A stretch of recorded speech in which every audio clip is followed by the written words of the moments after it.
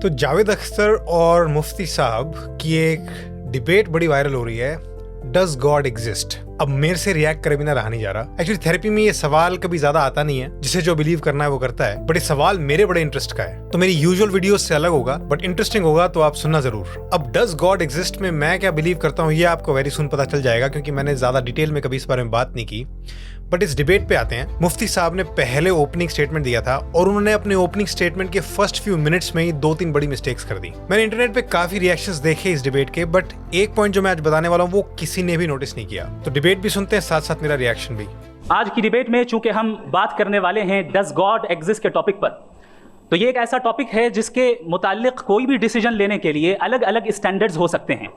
लिहाजा डिबेट के शुरू में ये ज़रूरी है कि हम ये जान लें कि आज के इस टॉपिक में कौन सा स्टैंडर्ड सही होगा और कौन सा गलत होगा।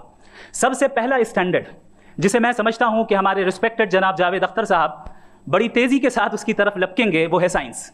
जबकि साइंस दर हकीकत खुदा के एग्जिस्टेंस को डायरेक्टली साबित करने या उसके एग्जिस्टेंस को डिनाई करने के लिए स्टैंडर्ड नहीं बन सकती। और उसकी वजह क्या है ये मैं नहीं कह रहा। I don't know Javed Akhtar ने उस बात पे हाँ क्यों की। I think he is just being polite, but let's see. ये वो लोग कह रहे हैं जो साइंस के एक्सपर्ट्स हैं। नेशनल एकेडमी ऑफ साइंस कहती है science doesn't have the processes to prove और disprove the existence of God. Why?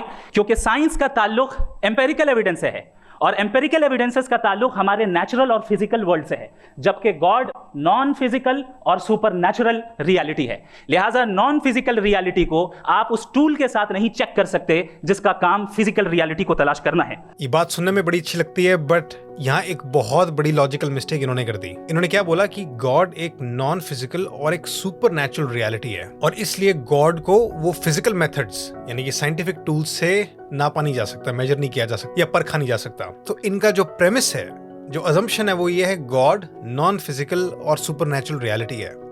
तो मेरा सवाल है, ये माना किसने कि गॉड किसी भी तरह की रियलिटी है, फिजिकल या नॉन फिजिकल, नेचुरल या सुपर नेचुरल? ये बात एथीस्ट ने मानी कहा है कि कुछ भी सुपर नेचुरल हो भी सकता है। इनफैक्ट आप जो प्रूव करना चाहते हो कि गॉड एग्जिस्ट करता है, आप साथ साथ ये भी प्रूव कर रहे हो कि सुपर नेचुरल भी एग्जिस्ट करता है। ये दोनों आपको प्रूव करने हैं और अपने कंक्लूजन को प्रूव करने के लिए जो आप आर्ग्यूमेंट दे रहे हो, आपने उसी में वही कंक्लूजन बोल दिया। This is not a valid form of argument. तो अगर जावेद अख्तर ने या एथीस्ट ने माना होता कि हाँ सुपर नेचुरल कुछ तो होता है, तब आप ये आर्गुमेंट दे सकते थे। वो भी प्रूवन नहीं है। सो आपका अजम्पशन भी गलत और कंक्लूजन भी गलत। और आगे सुनते हैं। As a non physical reality को आप उस टूल के साथ नहीं चेक कर सकते जिसका काम फिजिकल रियलिटी को तलाश करना है। अब ये जो लाइन है कि नॉन फिजिकल रियलिटी, चलो एक सेकंड के लिए मैं मान लेता हूं कि नॉन फिजिकल रियलिटी कुछ होती है, पर इन्होंने कहा कि उसे उस टूल से नहीं नापा जा सकता जो फिजिकल रियलिटी के लिए है। तो कहने का मतलब साइंस को अगेन साइड में रख दो। आपने साइंस को तो साइड में रख दिया, बट ये बता दो आपके पास क्या टूल है, आपके पास कौन सा ऐसा वैलिड तरीका है जो नॉन नेचुरल है। आप जिस दिमाग से बात कर रहे हो उसमें ब्रेन सेल्स हैं,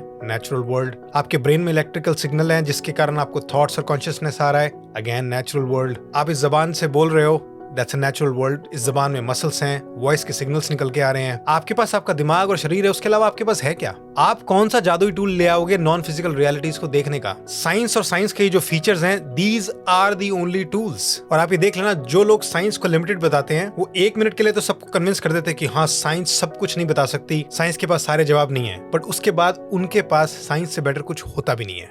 लिहाजा आज इस डिबेट में गॉड की एग्जिस्टेंस को साबित करने या उसे डिनाई करने में साइंटिफिक एविडेंस को एक्सेप्ट नहीं किया जाएगा। नहीं मुफ्ती जी, साइंस को एक्सेप्ट किया जाएगा, आपके इस फ्लॉड आर्गुमेंट को एक्सेप्ट नहीं किया जाएगा। तो चलो, अब इन्होंने ये तो बता दिया कि साइंस को और एम्पिरिकल एविडेंस को यूज नहीं करना है हमें इस डिबेट के अंदर डज गॉड एग्जिस्ट में, तो फिर यूज क्या करना है वो भी इनका जवाब सुन लेते हैं। मैं समझता हूं कि गॉड के एग्जिस्टेंस पर एम्पेरिकल एविडेंस का मुतालबा करना एक बचकाना मुतालबा है और हमारे रिस्पेक्टेड जनाब जावेद अख्तर साहब इस स्टेज से अब बहुत आगे निकल चुके हैं। अब बचता है एक ही स्टैंडर्ड, और वो स्टैंडर्ड है अक्ल, लॉजिक, रीजनिंग। और यही वो स्टैंडर्ड है जिसके तहत गॉड की एग्जिस्टेंस को साबित किया जाएगा या गॉड की एग्जिस्टेंस को डिनाई किया जाएगा। लेकिन चूंकि ये बहुत इंपॉर्टेंट और सेंसिटिव टॉपिक है, इसलिए लॉजिकल आर्ग्यूमेंट भी ऐसा होना चाहिए जो डेफिनेटिव हो, इनडेफिनेटिव ना हो, जो 2 और 2 4 की तरह बिल्कुल वाजे हो, जिसे लॉजिकली रिजेक्ट करना पॉसिबल नहीं हो। फॉर एग्जाम्पल, हम कहें हमारे रिस्पेक्टेड मिस्टर सौरभ साहब, ये एक इंसान है और तमाम इंसान कॉन्शियस बीइंग है। लिहाजा नतीजा क्या निकला?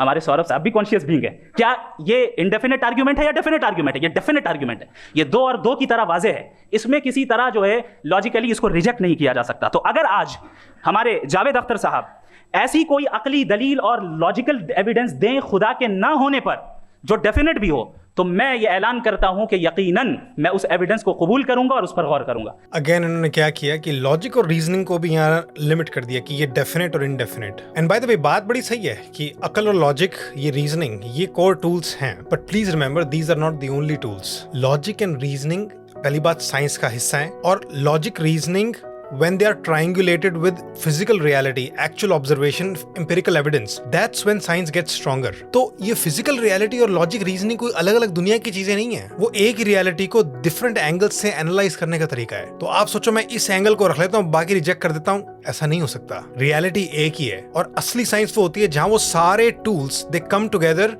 and they lead to the same conclusion. So जो दुनिया के बेस्ट conclusions हैं वो लॉजिक रीजनिंग पर भी खरे उतरते हैं और एम्पिरिकल एविडेंस पर भी खरे उतरते हैं। तो इन्होंने कहा कि लॉजिक एंड रीजनिंग का यूज करना है, बट ये बोल के कि सिर्फ लॉजिक एंड रीजनिंग यूज करेंगे, इन्होंने एक्चुअली एक इलॉजिकल एंड अनरीजनेबल बात कर दी।